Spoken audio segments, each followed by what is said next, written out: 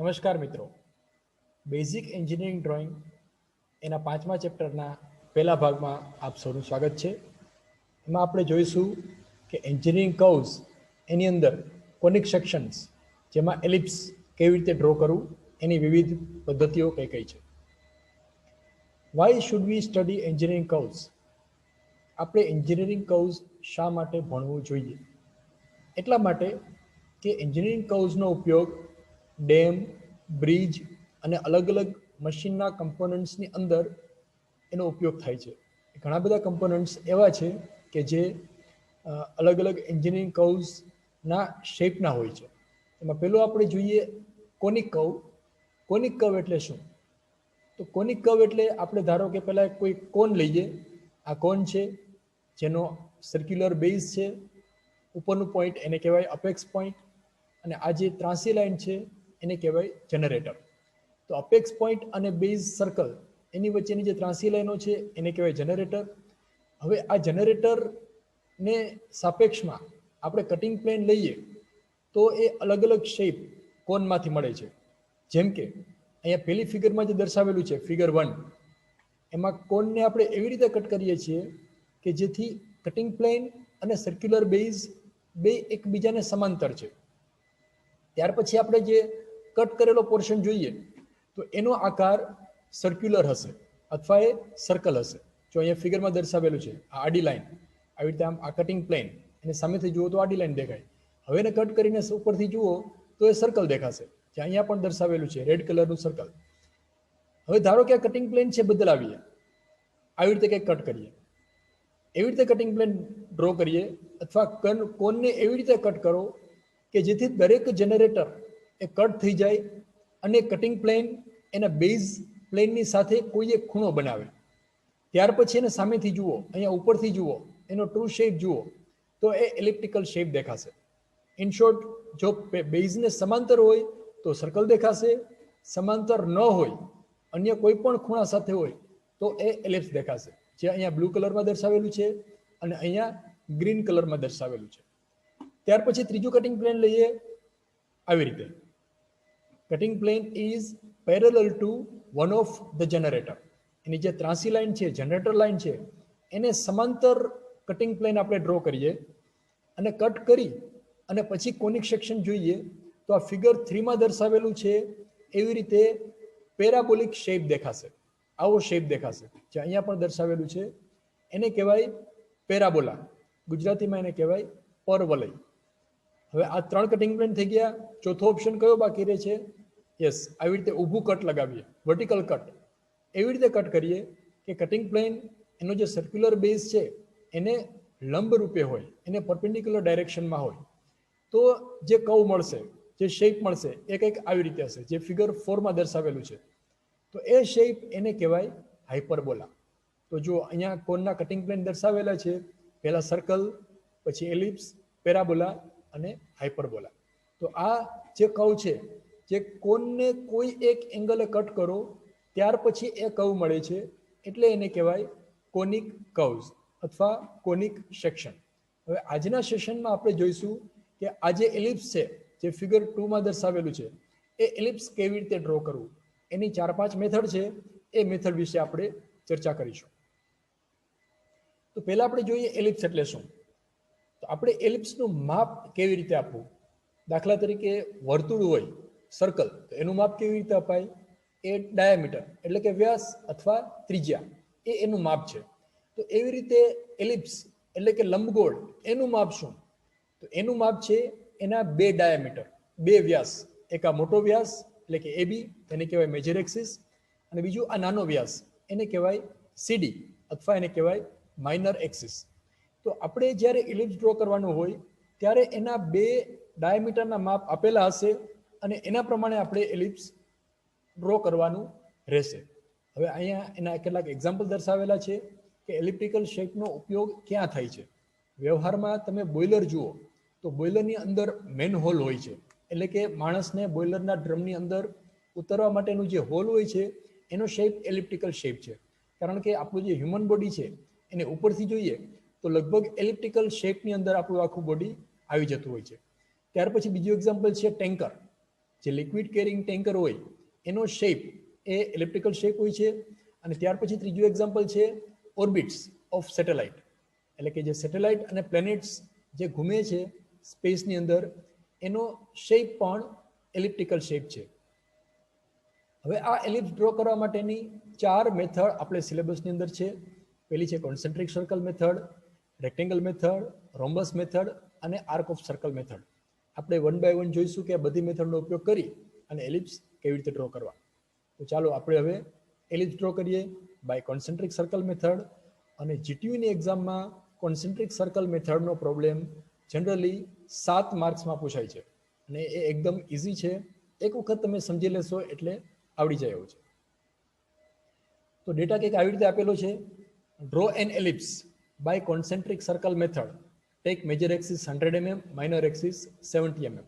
એટલે આપણે લંબવૃત્ત અથવા ઉપવલય એવી રીતે ડ્રો કરવાનો છે કે જેની મેજર ડાયામીટર મુખ્ય એક્સિસ 100 mm છે, એટલે કે 10 સેન્ટીમીટર છે, અને માઇનર એક્સિસ એટલે કે નાનો ડાયામીટર 70 mm એટલે કે 7 સેન્ટીમીટર છે. તો સૌથી પહેલા જે આ મેથડનું નામ છે કોન્સેન્ટ્રિક સર્કલ મેથડ, એટલે કે સમકેન્દ્રી વર્તુળોની રીત. તો એ જે બે માપ આપેલા છે એ બે માપના આપણે સર્કલ ડ્રો કરવાના, એના વર્તુળ ડ્રો કરવાના. અહીંયા ક્યાં માપ આપેલા છે? 100 mm અને 70 mm. તો 100 mm ડાયામીટરનું સર્કલ ડ્રો કરવું હોય તો 50 mm ની રેડિયસ લેવાની અને સર્કલ ડ્રો કરો. અને 70 mm નું સર્કલ ડ્રો કરવું હોય તો 35 mm ની રેડિયસ લો અને એક સર્કલ ડ્રો કરો. તો અહીંયા AB બરાબર થશે 100 mm અને આ CD બરાબર થશે 70 mm, અથવા AO થશે 50 mm અને CO થશે 35 mm. AO અને CO એ બેની ત્રિજ્યા છે. AB અને CD એ એના ડાયામીટર એટલે કે વ્યાસ છે. બરાબર. સૌથી પહેલા જે બે માપ આપેલા છે એ બે માપના વર્તુળ એવી રીતે દોરો કે જેથી બેનું કેન્દ્ર એક જ રહે. ત્યાર પછી આ બધા આ જે સર્કલ આપેલા છે એના એક સરખા ભાગ કરો. એના તમે 8 ભાગ કરી શકો, 12 ભાગ કરી શકો, 14 ભાગ કરી શકો, 16 ભાગ કરી શકો, ગમે તેટલા ભાગ કરવાના, પણ એ બધા એક જ સરખા હોવા જોઈએ.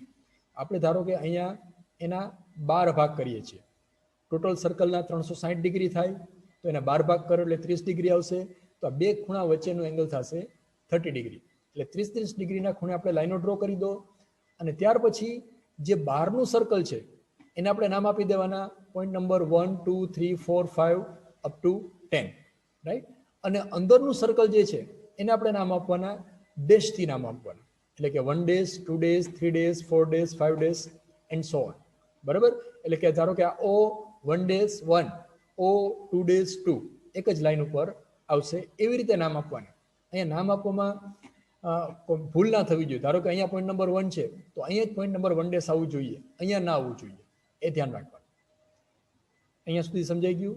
હવે નેક્સ્ટ, આ જે આઉટર સર્કલના પોઈન્ટ છે એટલે કે 1, 2, 3, 4, 5 એ બધા પોઈન્ટમાંથી વર્ટિકલી ડાઉનવર્ડ ડાયરેક્શનમાં લાઈન ડ્રો કરો. એ વર્ટિકલ લાઈન ડ્રો કરો, ઊભી લાઈન ડ્રો કરો. એટલે કે 1 માંથી વર્ટિકલ લાઈન AB જે વ્યાસ છે એને લંબરૂપે લાઈન દોરવાની, એટલે કે AB અને 1 માંથી ડ્રો કરેલી લાઈન એની વચ્ચેનો એંગલ થશે 90 ડિગ્રી. બરાબર. ત્યાર પછી જે અંદરનું સર્કલ છે એટલે કે 1 days 2 days વાળા જે પોઈન્ટ છે ત્યાંથી આડી લાઈન ડ્રો કરો. આવી રીતે આમ સમજાયું? 1 માંથી ઊભી લાઈન, 1 days માંથી આડી લાઈન. આ બે લાઈન એક પોઈન્ટ આગળ મેચ થશે. એ પોઈન્ટને આપણે નામ આપીએ પોઈન્ટ નંબર P1. રાઈટ. શું કર્યું આપણે? 1 માંથી ઊભી લાઈન, 1 days માંથી આડી લાઈન, પોઈન્ટ નંબર P1. તો P2 માટે શું કરીશું? યસ, 2 માંથી ઊભી લાઈન, 2 days માંથી આડી લાઈન, બે મેચ થાય ત્યાં આગળ પોઈન્ટ નંબર P2. જો અહીંયા ધ્યાન રાખવાનું, આ ઊભી લાઈન છે એટલે કે આ વર્ટિકલ લાઈન જે છે CD એને સમાંતર હોવું જોઈએ, અને ગ્રીન લાઈન છે આડી લાઈન છે જે AB ને સમાંતર હોવી જોઈએ. પોઈન્ટ નંબર P3 ક્યાં હશે? વિચારીને આન્સર આપો. જો P3 પોઈન્ટ માટે શું કરવાનું? 3 માંથી ઊભી લાઈન, 3 days માંથી આડી લાઈન, તો ક્યાં આવશે? યસ, અહીંયા જ આવશે. 3 ઉપર જ આવશે એટલે કે 3 days પર જ આવશે. P4 ક્યાં આવશે? 4 માંથી ઊભી લાઈન, 4 days માંથી આડી લાઈન, અહીંયા આવશે P4, રાઈટ. એવી રીતે P5 vertical line from point 5, horizontal line from point 5 days, અહીંયા આવશે P5 પોઈન્ટ. સિમિલરલી P6 અહીંયા આવશે 6 માંથી ઊભી લાઈન, 6 માંથી આડી લાઈન, P6, P7 માટે શું કરીશું? 7 માંથી ઊભી લાઈન, 7 ડેશમાંથી આડી લાઈન, પોઈન્ટ P7. એવી રીતે P8, P9 માટે શું કરીશું? હવે બધાને આવડશે. 9 માંથી વર્ટિકલ લાઈન, 9 ડેશમાંથી હોરિઝોન્ટલ લાઈન, P7. અને P10 માટે 10 માંથી વર્ટિકલ લાઈન, 10 ડેશમાંથી horizontal line, point P10. Right. હવે આ બધા પોઈન્ટ આપણને મળી ગયા. શું કરવાનું? સિમ્પલ, આ બધા પોઈન્ટને સ્મૂધ કર્વથી જોઈન કરો, એટલે કે ફ્રી હેન્ડ. પણ એવી રીતે ડ્રો કરવાનું કે ક્યાંય ખાંચા ખૂંચી ન આવવા જોઈએ. એકદમ smooth curve free hand draw કરવાનો. 2-3 વખત ડ્રો કરશો એટલે તમને પરફેક્ટ એલિપ્સ ડ્રો કરતા આવડી જશે. હવે આ ડ્રો થઈ જાય ત્યાર પછી 2-3 વસ્તુ ચેક કરવાની. પેલું આપણે એનું નામ આપવાનું. અહીંયા નામ લખેલું હોવું જોઈએ. આમ એરો ડ્રો કરવાનો અને પછી અહીંયા લખવાનું ઇટ્સ એન એલિપ્સ. આ ઘણી વખત સ્ટુડન્ટ્સ એક્ઝામમાં નામ લખતા ભૂલી જાય છે. નામ ન લખો એટલે સીધો 1 માર્ક્સ કટ થઈ જશે. બીજું આપણે ચેક કરવાનું ડાયમેન્શન. અહીંયા જે ડાયમેન્શન આપેલા છે 100 અને 70, તો એ બે એક વખત ઇન્સર્ટ કરેલા હોવા જોઈએ. This is 100, AB is 100, CD is equal to 70. અને ત્રીજું એ જોવાનું લાઇન્સ. જો આપણે જે કર્વ જે ડ્રો કરેલો છે એ કર્વ એટલે કે એલિપ્સ જે છે એ ડાર્ક હોવું જોઈએ. બાકીની બધી લાઈન એકદમ લાઇટ ડ્રો કરેલી હોવી જોઈએ. બરાબર. આ બધી જે આડી અને ઊભી લાઈનો ડ્રો કરી છે એ ડાર્ક ડ્રો કરવાની નહીં, એ એકદમ લાઇટ હોવી જોઈએ. માત્ર આ કર્વ જે છે એ ડાર્ક હોવો જોઈએ. અને છેલ્લે જોવાનું એક્સિસ. આ AB અને CD એ બે એક્સિસ આપણે સેન્ટર લાઇનથી ડ્રો કરેલી હોવી જોઈએ. ક્લિયર? તો આ થઈ ગયું ellipse by concentric circle method. હવે બીજી મેથડ જોઈએ, એલિપ્સ બાય રેક્ટેંગલ મેથડ, કે લંબચોરસની રીતનો ઉપયોગ કરી અને એલિપ્સ કેવી રીતે ડ્રો કરવું. આ પણ 7 માર્ક્સમાં જીટીયુની એક્ઝામમાં પૂછાય છે. તો ચાલો આપણે જોઈએ. ડેટા કંઈક આવી રીતે આપેલો છે. Draw an ellipse by rectangle method, major axis 100 mm, minor axis 70 mm. તો આ લંબચોરસ મેથડની રીત છે. એટલે સૌથી પહેલા આપણે જે માપ આપેલા છે એ માપનું લંબચોરસ ડ્રો કરવાનું છે. એટલે કે એની પહોળાઈ થશે 100 mm અને ઊંચાઈ થશે 70 mm. ક્લિયર? જે માપ આપેલા છે એ માપનું સીધું લંબચોરસ ડ્રો કરી દો. Draw a rectangle of given dimensions of ellipse. ત્યાર પછી એની એક્સિસ ડ્રો કરો, એટલે કે AB અને CD. બરાબર. એટલે કે AO બરાબર કેટલા થશે?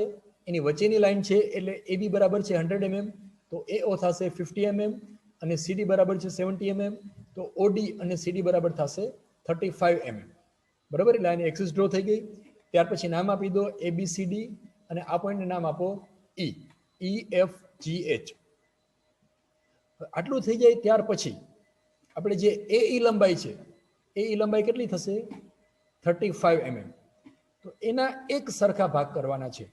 ગમે તેટલા ભાગ કરી શકો, પણ બધા ભાગ એક સરખા હોવા જોઈએ. ધારો કે આપણે એના એક સરખા 4 ભાગ કરીએ છીએ, તો એક સરખા 4 ભાગ કરવા માટે આપણે ડિવિઝન ઓફ લાઇન એનો ઉપયોગ કરીએ. ડાયરેક્ટ સ્કેલથી પણ તમે કરી શકો. ધારો કે 35 mm છે, 35 mm ડિવાઇડેડ બાય 4 એટલે 35/4 એટલે લગભગ 9 mm કરતાં થોડુંક ઓછું આવે, 8 પોઈન્ટ સમથિંગ એટલા mm થાય. તો એટલા mm આગળ અહીંયા પોઈન્ટ મૂકી દો તોય ચાલે. અથવા ડિવિઝન ઓફ લાઇન મેથડનો ઉપયોગ કરી અને તમે એના એક સરખા 4 ભાગ કરી શકો. હવે કેવી રીતે કરવાના? તો એના માટે એ પોઈન્ટમાંથી ગમે તે એંગલે મન ફાવે ત્યાં લાઇન ડ્રો કરો. ત્યાર પછી મન ફાવે એટલી રેડિયસ લો. સામાન્ય રીતે નાની રેડિયસ લેવાની, કે જે અહીંયા આપણે 4 ભાગ સમાઈ જાય એવી રીતે. પહેલી ચાપ મારો, બીજી ચાપ મારો, ત્રીજી ચાપ મારો અને ચોથી ચાપ મારો. આ બધી ચાપ વચ્ચેનું અંતર એક સરખું હોવું જોઈએ. એટલે આ પોઈન્ટ સેન્ટર લઈ અને ચાપ મારો, પછી આ પોઈન્ટ સેન્ટર લઈને ચાપ મારો, આ પોઈન્ટ સેન્ટર લઈને ચાપ મારો અને આ પોઈન્ટ સેન્ટર લઈને ચાપ મારો. એક પણ વખત આપણે રેડિયસ ચેન્જ કરવાની નથી. એકવાર જે રેડિયસ ફિક્સ કરી એટલી જ રાખવાની, એ ગમે તેટલી હોઈ શકે. ત્યાર પછી છેલ્લું પોઈન્ટ જે છે, ચોથું પોઈન્ટ, એને E સાથે જોઈન કરો સીધી લાઈનથી. પછી આ જે લાઈન ડ્રો કરી છે એને સમાંતર લાઈન આ બાકીના બધા પોઈન્ટમાંથી આવી રીતે ડ્રો કરો. બરાબર. એટલે અહીંયા આપણને 4 પોઈન્ટ મળશે, 1 2 3. એને નામ આપી દો 1 2 3 અને 4 એટલે પોઈન્ટ નંબર E. એટલે A અને E એના એક સરખા 4 ભાગ થઈ ગયા. આ ડિવિઝન ઓફ લાઇનથી મેં કરેલું છે. તમે ડાયરેક્ટલી સ્કેલનો ઉપયોગ કરીને પણ કરી શકો.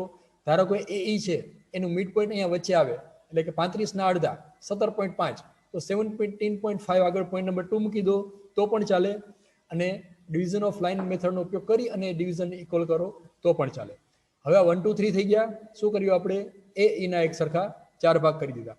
એવી જ રીતે આ AO છે, AO લંબાઈ કેટલી થશે? 100 ના અડધા એટલે 50 mm. એના પણ એટલા જ ભાગ કરો. AE ના જેટલા ભાગ કર્યા છે એટલા જ ભાગ AO ના કરવાના. ત્યાર પછી આ પોઈન્ટ નંબર 1 2 3 4 છે એને પોઈન્ટ D સાથે જોઈન કરો, એટલે કે D1 D2 D3 સીધી લાઈનથી જોઈન કરો 1 2 અને 3. બરાબર. હવે આપણે AO ના એક સરખા 4 ભાગ કરીએ છીએ, તો ડિવિઝન ઓફ લાઇનથી પણ કરી શકો અને ડાયરેક્ટ સ્કેલનો ઉપયોગ કરીને પણ કરી શકો. એટલે કે એ પોઈન્ટથી ગમે તે એંગલે લાઈન ડ્રો કરો, પછી ગમે તેટલી રેડિયસ લઈ અને ચાપ મારો, 4 ચાપ મારો, છેલ્લું જે પોઈન્ટ છે ને O સાથે જોઈન કરો, એ લાઈનને સમાંતર બાકીના બધા પોઈન્ટમાંથી લાઈનો ડ્રો કરો અને અહીંયા પોઈન્ટના નામ આપી દો 1 days 2 days 3 days અને 4 days. અહીંયા એક વાત ધ્યાન રાખવાનું, અહીંયા તમે પોઈન્ટના નામ આપવાની શરૂઆત એ પોઈન્ટથી કરી છે. જો અહીંયા A 1 2 3 4, તો એવી જ રીતે અહીંથી સ્ટાર્ટ કરવાનું A 1 days 2 days 3 days and 4 days. ઉલટા નામ નહીં આપવાના. ધારો કે અહીંયા આપણે 1 days આપીએ, અહીંયા 2 days આપીએ, અહીંયા 3 days આપીએ, નહીં તો ખોટું પડશે.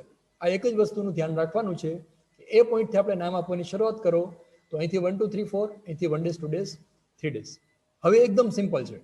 અહીંયા સુધી ડ્રો થઈ ગયું, D1 to D3 જોઈન થઈ ગયા. હવે પોઈન્ટ C પકડો, C 1 days, એને સ્ટ્રેટ લાઇનથી જોઈન કરો અને એ લાઇનને એક્સટેન્ડ કરો. શું કર્યું આપણે? પોઈન્ટ નંબર C અને પોઈન્ટ નંબર 1 days એને લંબાવો. એ D1 એને એક પોઈન્ટ આગળ કટ કરશે, એને આપણે નામ આપીએ પોઈન્ટ નંબર P1. બરાબર. હવે શું કરીશું? P2 માટે C2 days એને લંબાવો. એ D2 ને કટ કરશે, ત્યાં આપણે એક પોઈન્ટ આપી દઈએ પોઈન્ટ નંબર P2. P3 માટે શું કરીશું? C3 days એને લંબાવો, extend C3 days with a straight line up to D3. D3 સુધી એને એક્સટેન્ડ કરો, અહીંયા એક પોઈન્ટ મળશે, એને આપણે નામ આપીએ પોઈન્ટ નંબર P3. થઈ ગયું. હવે આ બધા પોઈન્ટને સ્મૂથ કર્વથી જોઈન કરવાના, એટલે start from A, P1, P2, P3 and D. તો આ થઈ ગયું એલિપ્સ. એનો 1/4 પાર્ટ થઈ ગયો, એનો 25% એલિપ્સ આપણે ડ્રો કરી દીધું. હવે આ જ મેથડથી આપણે આ સાઈડ પણ એલિપ્સ ડ્રો કરવું છે, તો કેવી રીતે કરીશું? Same method. અહીંયા 4 ભાગ કરી દો. અહીંથી ડાયરેક્ટલી પણ તમે સ્કેલથી ડ્રો કરી શકો, અહીંથી આડી લાઈન ડ્રો કરી દો એટલે પોઈન્ટ નંબર 1 2 3 મળી જશે. પછી અહીંયા પણ અહીંથી ચાપ મારી દો 43 days, તો આ બાજુ 3 2 1 પોઈન્ટ મળી જશે. અહીંયા ધ્યાન રાખવાનું, નામ આપણે B થી સ્ટાર્ટ કરીએ છીએ 1 2 3, તો B 1 days 2 days 3 days એવી રીતે નામ આપવાના. હવે શું કરીશું વિચારો? યસ, D1 જોઈન કરો, D2 અને D3 સીધી લાઈનથી D1 D2 D3 જોઈન કરીએ. પછી આ C પોઈન્ટથી સ્ટાર્ટ કરો, C1 days એને એક્સટેન્ડ કરો એટલે અહીંયા પોઈન્ટ નંબર P1 days મળશે. C2 days એને એક્સટેન્ડ કરો એટલે P2 days મળશે, અને C3 days એને એક્સટેન્ડ કરો એટલે અહીંયા P3 days મળશે. હવે આ બધા પોઈન્ટને ફરી પાછા સ્મૂથ કર્વથી જોઈન કરો એટલે આપણો 50% એલિપ્સ ડ્રો થઈ ગયો. એવી જ રીતે નીચે પણ તમે એલિપ્સ આ જ મેથડથી ડ્રો કરી શકો. તો આ થઈ ગયું આપણું complete ellipse.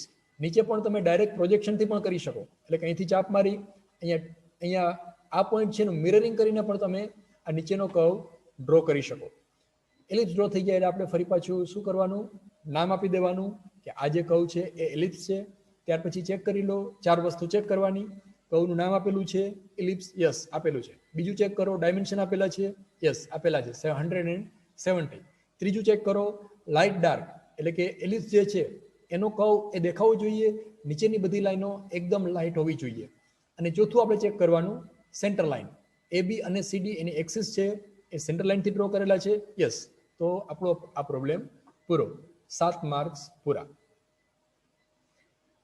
Now next, ellipse by oblong method. જો ઓબ્લોંગ મેથડથી એલિપ્સ ડ્રો કરવાનું પૂછાય તો શું કરવાનું? ડેટા કંઈક આવી રીતે આપેલો છે, સેમ રેક્ટેંગલ મેથડ જ છે, એમાં થોડોક ફેરફાર છે. Take major axis 100 mm, minor axis 70 mm, included angle 75 degree. થોડોક ટ્વિસ્ટ કરેલો પ્રોબ્લેમ છે. રેક્ટેંગલની અંદર બધા એંગલ 90 ડિગ્રી હોય, પણ અહીંયા ઓબ્લોંગ મેથડ હોય ત્યારે એનો અંદરનો એંગલ એક આપેલો છે 75 ડિગ્રી. તો સૌથી પહેલા 75 ડિગ્રી એંગલ વાળો આપણે પેરેલેલોગ્રામ ડ્રો કરીએ. એવો સમાંતર બાજુ ચતુષ્કોણ કે જેની એક એંગલ 75 ડિગ્રી છે અને બાકીની સામસામેની બાજુઓના માપ 100 mm અને 70 mm છે. તો આ થઈ ગયો એ ગિવન પેરેલેલોગ્રામ. આ એંગલ છે 75 ડિગ્રી છે અને એની એક્સિસ AB બરાબર છે 100 mm અને એક્સિસ CD બરાબર છે 70 mm. હવે શું કરવાનું? આપણે જે રેક્ટેંગલ મેથડમાં કરતા હતા એવી જ રીતે કરવાનું છે. AE એના 4 ભાગ કરી દો. કોઈ પણ રીતે 4 ભાગ કરવાના, સ્કેલથી કરી નાખો, ડિવિઝન ઓફ લાઇન મેથડથી કરો. મન ફાવે એ રીતે આપણે AE લંબાઈ જે છે 35 mm છે એના 4 ભાગ કરી દેવાના, 1 2 3 4. ત્યાર પછી AO એના 4 ભાગ કરી દો, 1 dash 2 dash 3 dash 4 dash. D1 D2 D3 join કરો. પછી C1 C2 C3 એને એક્સટેન્ડ કરો. સેમ મેથડ અહીંયા આપણે પોઈન્ટ ઓફ ઇન્ટરસેક્શન મળશે, એને આપણે નામ આપી દઈએ P1 P2 P3. સેમ આ બાજુએ પણ એવી જ રીતે D1 D2 D3 D4, C1 C2 C3 C4 અને પોઈન્ટ ઓફ ઇન્ટરસેક્શન લઈ લો. તો આ થઈ ગયો કર્વ. હવે આ બધા પોઈન્ટને સ્મૂથ કર્વથી જોઈન કરો. So that is the given ellipse by oblong method. અને અહીંયા આવી રીતે પ્રોજેક્શન કરી એટલે કે ઉપરથી નીચે 75 ડિગ્રીના એંગલે લાઈનો ડ્રો કરી દો અને આ લંબાઈ જે છે 1 થી આ પોઈન્ટ નંબર 1 થી P1 અને 1 થી P1 એ બે સરખું ડિસ્ટન્સ હશે, એટલે અહીંથી તમે ચાપ મારીને પણ નીચેના પોઈન્ટ મેળવી શકો. તો એવી રીતે આ સાઈડ ત્યાંથી પણ ચાપ મારીને આ પોઈન્ટ મેળવી શકો. તો બધા પોઈન્ટને સ્મૂથ કર્વથી જોઈન કરો. કર્વનું નામ આપી દો એલિપ્સ. ચેક કરી લો, આપણે ડાયમેન્શન આપી દીધા હોવા જોઈએ, સેન્ટર લાઈન ડ્રો કરેલી હોવી જોઈએ, લાઇટ ડાર્ક એટલે કે કર્વ છે ડાર્ક હોવો જોઈએ, બાકીની બધી લાઈનો લાઇટ હોવી જોઈએ અને કર્વનું નામ લખેલું હોવું જોઈએ. So you got full 7 marks for drawing ellipse by oblong method. ત્રીજી જોઈએ ellipse by rhombus method. Rhombus મેથડનો ઉપયોગ કરી અને એલિપ્સ કેવી રીતે ડ્રો કરવું? એમાં સૌથી પહેલા આ માપ આપેલા છે. Draw an ellipse by rhombus method in a rhombus of 100 mm by 70 mm diagonals and inscribe an ellipse in it. તો સૌથી પહેલા આપણે જે રોમ્બસ આપેલો છે એ રોમ્બસ ડ્રો કરીએ. રોમ્બસ એટલે શું? કે જેની ડાયાગોનલના માપ 100 mm અને 70 mm આપેલા છે. એટલે પહેલા XY બરાબર આપણે લઈએ 100 mm અને 1 2 બરાબર લઈએ 70 mm. અને XY અને 1 2 બે એકબીજાની સાથે 90 ડિગ્રીના એંગલે ડ્રો કરેલા છે. બરાબર, એટલે આપણે રોમ્બસ ડ્રો થઈ ગયું. હવે આ રોમ્બસમાંથી પાસ થાય XY 1 2 4 પોઈન્ટમાંથી પાસ થાય એવો એલિપ્સ ડ્રો કરવો છે. આ એલિપ્સ ડ્રો કરવાની જરૂર આપણે આઇસોમેટ્રિક પ્રોજેક્શનમાં પણ પડવાની છે. એટલે ખાસ આ તમે સમજી રાખજો કેવી રીતે ડ્રો કરવાનું છે. એકદમ સિમ્પલ છે. જો સૌથી પહેલા આપણે શું કરવાનું, જે x2 અને 1y છે એ ચારે ચાર બાજુઓ જે છે x2 2y 1y અને xy એ ચાર બાજુના મિડ પોઈન્ટ ફાઇન્ડ કરો. બરાબર, એને નામ આપી દઈએ આપણે ABCD. મિડ પોઈન્ટ એટલે મધ્ય બિંદુ. XY લંબાઈઓ x2 લંબાઈ છે એનું મધ્ય બિંદુ A છે. એવી રીતે BCD ચાર મધ્ય બિંદુઓ મળી ગયા. ત્યાર પછી આ જે મધ્ય બિંદુઓ છે એને સામેનો જે ખૂણો છે એની સાથે સીધી લાઈનથી જોઈન કરો. Join A with 1 and 1 with B. એટલે કે પોઈન્ટ નંબર 1 છે એને A અને B સાથે જોઈન કરો. એવી જ રીતે 2 ને C અને D સાથે જોઈન કરો. રાઈટ, શું કર્યું આપણે? જુઓ ફરી પાછું 1A and 1B 2C and 2D with a straight line. સીધી લાઈનથી એને જોઈન કરો. ત્યાર પછી આ જે પોઈન્ટ છે એને આપણે નામ આપીએ પોઈન્ટ ઓફ ઇન્ટરસેક્શન. એને આપણે પોઈન્ટ નંબર 3 નામ આપો. આને આપણે નામ આપીએ પોઈન્ટ નંબર 4. એટલે 3 અને 4 કેવી રીતે મળ્યા? Intersection of 1A 2D is point number 3. Intersection of 2C and 1B is point number 4. અને 3 અને 4 આ બે પોઈન્ટ XY લાઈન ઉપર જ આવશે. એટલે પોઈન્ટ નંબર 3 આગળ 3 લાઈન મળશે, પોઈન્ટ નંબર 4 આગળ પણ 3 લાઈન મળે છે. બસ આટલું થઈ ગયું. એટલે તમારે સીધી ચાપ જ મારવાની છે. પણ ચાપ મારવા માટે રેડિયસ કેટલી લેવી? તો સૌથી પહેલા આપણે પોઈન્ટ નંબર 1 ને સેન્ટર રાખો, 1A જેટલી રેડિયસ લો અને ચાપ મારો. Draw an arc, take 1 as a center, 1A as a radius up to B. Similarly, take 2 as a center, 2C as a radius, draw an arc. So 2C to 2D, this is arc. AB અને CD આ બે arc draw થઈ ગઈ.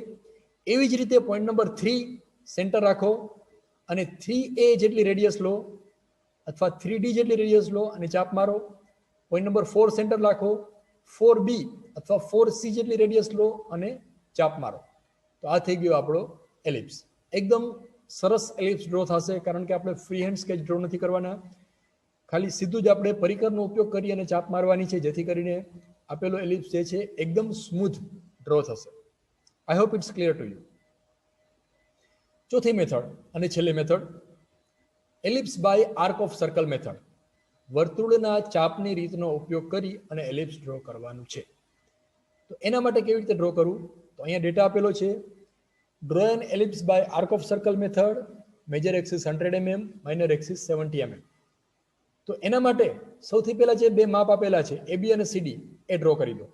AB બરાબર આપેલું છે 100 mm, CD બરાબર આપેલું છે 70 mm. બરાબર, આટલું તો ડ્રો કરતા આવડશે. બે આર્ક, બે એક્સિસ ડ્રો કરી દીધી, મેજર એક્સિસ અને માઇનર એક્સિસ. એટલે AO લંબાઈ કેટલી થશે? 50 mm અને OC લંબાઈ થશે 35 mm. હવે અહીંયા ધ્યાન રાખો, સૌથી પહેલા AO જેટલી રેડિયસ લો. AO લંબાઈ કેટલી થશે? 50 mm. Take AO as a radius, F as a center, draw an arc.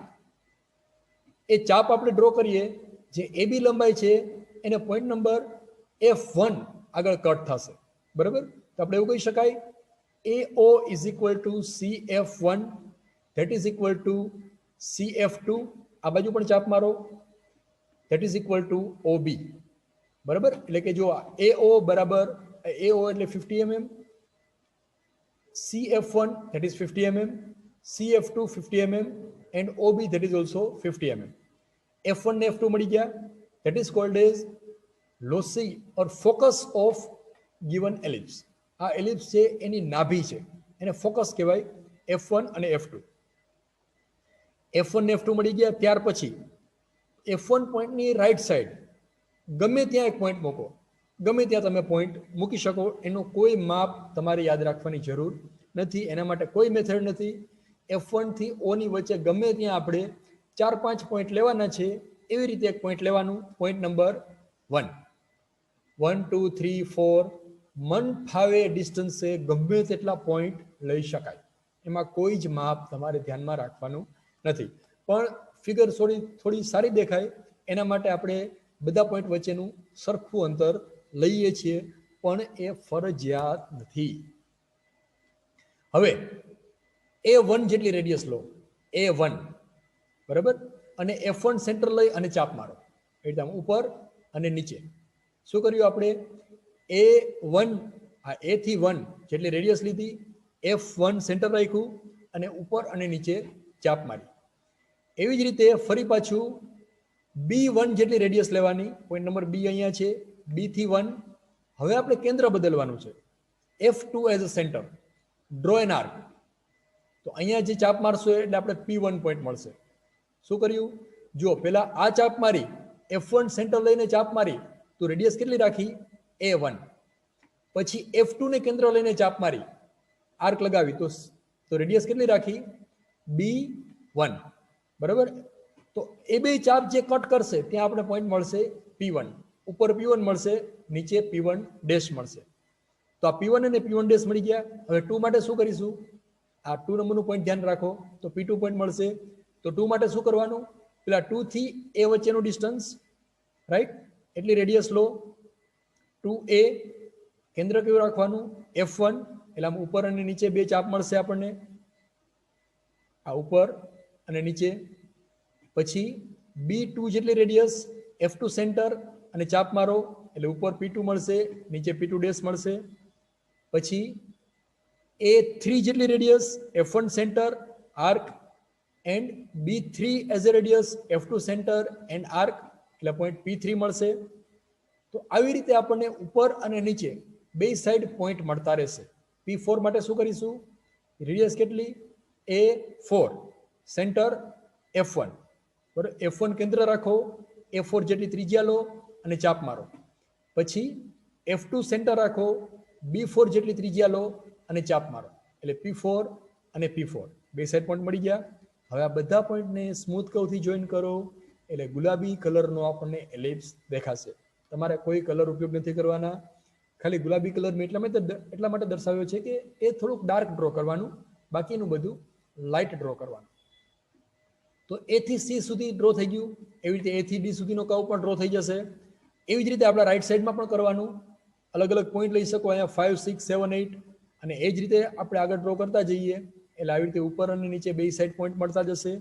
આ બધા પોઈન્ટને સ્મૂથ કર્વથી જોઈન કરો એટલે આપણો એલિપ્સ તૈયાર. નામ લખી નાખો. આ જે કર્વ છે એનું નામ છે એલિપ્સ. ત્યાર પછી ચારે વસ્તુ ચેક કરી લો. કર્વનું નામ લખ્યું છે, યસ. ડાયમેન્શન લખેલા છે 170, યસ. લાઇન લાઇટ અને ડાર્ક કરેલી છે, યસ. સેન્ટર લાઇન ડ્રો કરેલી છે એબી અને સીડી, યસ. 7 માર્ક્સ પૂરા, રાઈટ. તો આ થઈ ગયું આર્ક ઓફ સર્કલ મેથડનો ઉપયોગ કરી અને એલિપ્સ. હવે જો અહીંયા ઉપર એલિપ્સની ડેફિનેશન લખેલી છે એ આપણે સમજીએ. ડાયરેક્ટ ડેફિનેશન વાંચશો તો કાંઈ સમજાવવાનું નથી. બુકમાં આ ડેફિનેશન લખેલી છે, ellipse is the locus of a point P moving in a plane in such a way that sum of its distance from two fixed point F1 and F2 remains constant and equals to the length of major axis. ના સમજાણું ને? Very good, મને ના સમજાણું. હવે આ જ definition આપણે અહીંયા જે એલિપ્સ ડ્રો કરી છે એમાંથી સમજીએ. જો આ P પોઈન્ટ છે ત્યાંથી પોઈન્ટ નંબર 1 P પોઈન્ટથી F1 અને P પોઈન્ટથી F2 એ અંતર કેટલું થાય છે? P1 is equal to A1 અને F2 is equal to B1. So P પોઈન્ટનું અંતર F1 અને F2 થી માપો તો કેટલું થશે? P1 F1 plus P2 F2. હવે એ ડિસ્ટન્સ બદલાશે નહીં, એટલે કે સરવાળો જે છે P1 P થી F પોઈન્ટ વચ્ચેનો અને P થી F2 વચ્ચેનો ડિસ્ટન્સનો સરવાળો હંમેશા અચળ રહેશે. એટલે કે P પોઈન્ટ જે અહીંયા લઈએ આપણે, ધારો કે P2 લઈએ, તો P2 થી F1 પોઈન્ટ વચ્ચેનું અંતર વધતા P2 થી F2 પોઈન્ટ વચ્ચેનું અંતર એનો સરવાળો એના બરાબર P3 થી F1 વચ્ચેનું અંતર વત્તા P3 થી F2 વચ્ચેનું અંતર, that is equal to AB. એ હંમેશા અચળ રહેશે. એટલે આ ડેફિનેશન તમને સમજાય નહીં તો આ ઇક્વેશન લખી શકો. P1 F1 plus P1 F2 is equal to P2 F1 plus P2 F2 is equal to P3 F1 plus P3 F2 is equal to AB. That is equal to constant and 100 mm for this case. આ case માટે 100 mm થશે, પણ એ distance દર વખતે constant રહેશે, એનો સરવાળો અચળ રહેશે. એને કહેવાય એલિપ્સ. હવે છેલ્લું એક્ઝામ્પલ જોઈએ. આર્ક ઓફ સર્કલ મેથડ તે એલિપ્સ ડ્રો કરી અને ત્યાર પછી એના નોર્મલ અને ટેન્જન્ટ કેવી રીતે ડ્રો કરવા. ડિગ્રીની એક્ઝામમાં પૂછાય છે સ્પર્શક એટલે કે નોર્મલ અને ટેન્જન્ટ એટલે કે સ્પર્શક અને નોર્મલ એટલે કે લંબ કેવી રીતે ડ્રો કરવા. તો ધારો કે એલિપ્સ આપેલું છે, એનો આપણે નોર્મલ ડ્રો કરવો છે. આ પોઈન્ટ આપેલું છે, એ પોઈન્ટ આગળ આપણે નોર્મલ ડ્રો કરવો છે, તો કેવી રીતે કરવો. ધારો કે Q પોઈન્ટ છે, તો પહેલા Q પોઈન્ટને F1 અને F2 સાથે સ્ટ્રેટ લાઇનથી જોઈન કરી દો. એકદમ simple. Join Q with F1 and Q with F2. ત્યાર પછી Q F1 અને F2 એ જે એંગલ છે F1 Q F2 એનો બાયસેક્ટર ડ્રો કરો, એનો દ્વિભાજક ડ્રો કરો. દ્વિભાજક એટલે કે એ જે ખૂણો છે એના એક સરખા બે ભાગ થાય એવો ખૂણો ડ્રો કરો. એટલે કે આ બે એંગલ એક સરખા થવા જોઈએ.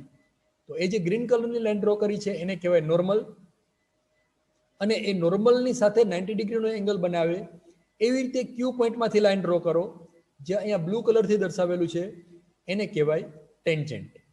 Simple. It's a very simple to draw normal and tangent of any ellipse by this method. સૌથી પહેલા જે પોઈન્ટ છે એને F1 F2 સાથે જોઈન કરી દો, પછી જે એંગલ બને એનો બાયસેક્ટર ડ્રો કરો એટલે નોર્મલ થઈ ગયો. નોર્મલની સાથે 90 ડિગ્રીનો એંગલ બનાવે એવી રીતે લાઈન ડ્રો કરો એટલે થઈ ગયું ટેન્જન્ટ. તો મિત્રો, આ એન્જિનિયરિંગ ડ્રોઈંગની અંદર જે 7 માર્ક્સમાં એલિપ્સ પૂછાય છે એની આપણે સિમ્પલ મેથડ્સ જોઈ. જેટીયુની એક્ઝામમાં 100% આમાંથી કોઈ એક મેથડ પૂછાવાની જ છે. કંઈ પણ ન સમજાય તો મારા નંબર ઉપર તમે વોટ્સએપ કરો, ઇમરજન્સી હોય તો ફોન કરો, મારી ચેનલને સબસ્ક્રાઇબ કરો.